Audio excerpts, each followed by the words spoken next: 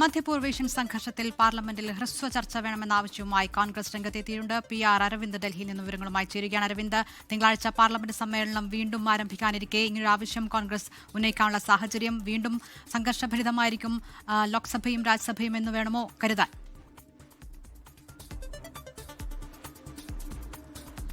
ഇന്ന് മാർച്ച് 9, അതായത് തിങ്കളാഴ്ചയാണ് പാർലമെന്റിന്റെ ബജറ്റ് സമ്മേളനത്തിന്റെ രണ്ടാം ഘട്ടം ആരംഭിക്കാൻ പോകുന്നത്. ഈ സമ്മേളനം ആരംഭിക്കുന്ന വേളയിൽ തന്നെ പശ്ചിമേഷ്യൻ സംഘർഷത്തെ വിഷയം പാർലമെന്റിൽ ഉയർത്താൻ തന്നെ കോൺഗ്രസ് തീരുമാനിച്ചിട്ടുണ്ട്. പ്രധാനമായും ഈ വിഷയത്തിൽ ഒരു ചർച്ച വേണമെന്നതാണ് ഇപ്പോൾ കോൺഗ്രസ് ആവശ്യപ്പെടുന്നത്. കാരണം പശ്ചിമേഷ്യൻ സംഘർഷങ്ങൾ ആരംഭിച്ചതിന് പിന്നാലെ ഈ വിഷയത്തിൽ അപലപിക്കുവാനോ കൃത്യമായ ഒരു നിലപാട് സ്വീകരിക്കുവാനോ കേന്ദ്ര സർക്കാർ തയ്യാറായിട്ടില്ല. അതുകൊണ്ട് തന്നെ കൃത്യമായ ചർച്ച ലോക്സഭയിലും അതുപോലെ തന്നെ രാജ്യസഭയിലും വേണമെന്നതാണ് കോൺഗ്രസ് ജനറൽ സെക്രട്ടറി ജയറാം രമേശ് ഇപ്പോൾ ചൂണ്ടിക്കാണിച്ചിരിക്കുന്നത്. നേരത്തെ സോണിയാഗാന്ധി അടക്കം ഈ ആവശ്യം ഉന്നയിച്ചിരുന്നു. കൃത്യമായ ചർച്ചകൾ നടത്തി രാജ്യത്തെ ഇന്ത്യയുടെ നിലപാട് വ്യക്തമാക്കേണ്ട ഒരു സാഹചര്യം കേന്ദ്ര സർക്കാരിനുണ്ട് എന്ന് തന്നെയാണ് കോൺഗ്രസ് വ്യക്തമാക്കുന്നത്. മുൻപ് ബജറ്റ് സമ്മേളനത്തിന്റെ ആദ്യഘട്ടത്തിൽ ഇന്ത്യ-US വ്യാപാര കരാറിലടക്കം വലിയ രീതിയിലുള്ള പ്രതിഷേധം കോൺഗ്രസിന്റെ ഭാഗത്തുനിന്നും പ്രതിഷേധ പാർട്ടികളുടെ ഭാഗത്തുനിന്നും ഉണ്ടായിരുന്നു. പ്രധാനമന്ത്രിയുടെ സന്ദർശനം നടന്ന 2 ദിവസങ്ങൾക്കിപ്പുറമാണ് ഇസ്രയേൽ ഇത്തരത്തിൽ ഇറാന് നേരെ വ്യോമാക്രമണം നടത്തുന്നത്. അപ്പോൾ പ്രധാനമന്ത്രി ഇത്തരത്തിൽ 2 ദിവസം മുമ്പ് പോയി അല്ലെങ്കിൽ ഇസ്രയേലിൽ പോയിട്ട് മടങ്ങിയെത്തുമ്പോൾ ഒരു രാജ്യത്തെ മറ്റൊരു രാജ്യം ആക്രമിക്കുന്നതിൽ കൃത്യമായ നിലപാട് കേന്ദ്ര സർക്കാർ വ്യക്തമാക്കണം എന്ന് തന്നെയാണ് കോൺഗ്രസ് ആവശ്യപ്പെടുന്നത്.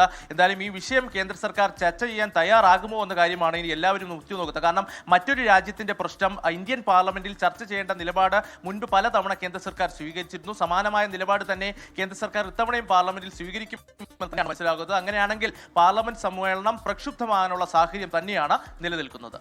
ലോകത്തെവിടെയായാലും ഏത് സമയത്തും 24 വാർത്തകളും ഓഗ്മെന്റഡ് റിയാലിറ്റി പാക്കേജുകളും എക്സ്പ്ലെയിനറുകളും വിശദമായി കാണാൻ ഞങ്ങളുടെ യൂട്യൂബ് ചാനൽ നിങ്ങൾക്ക് സബ്സ്ക്രൈബ് ചെയ്യാം.